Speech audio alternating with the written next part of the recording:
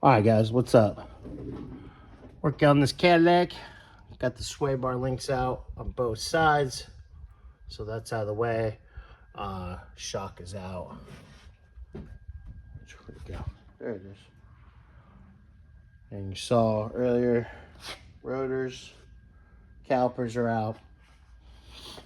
So getting ready to pop the tie rods.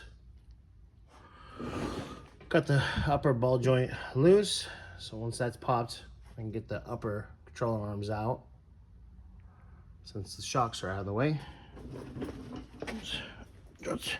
My clean rag. And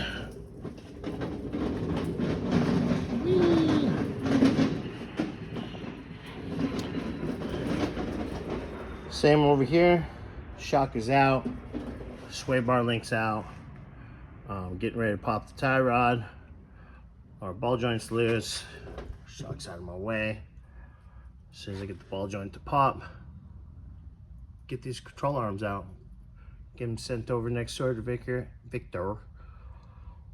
And get the new bushings pressed in. And then I'll start pulling the rest of the spindle out. So I can start getting ready to pull the lower control arm. Get new bushings. All right guys, that's your quick little update here. And I'll show you another one here in a few.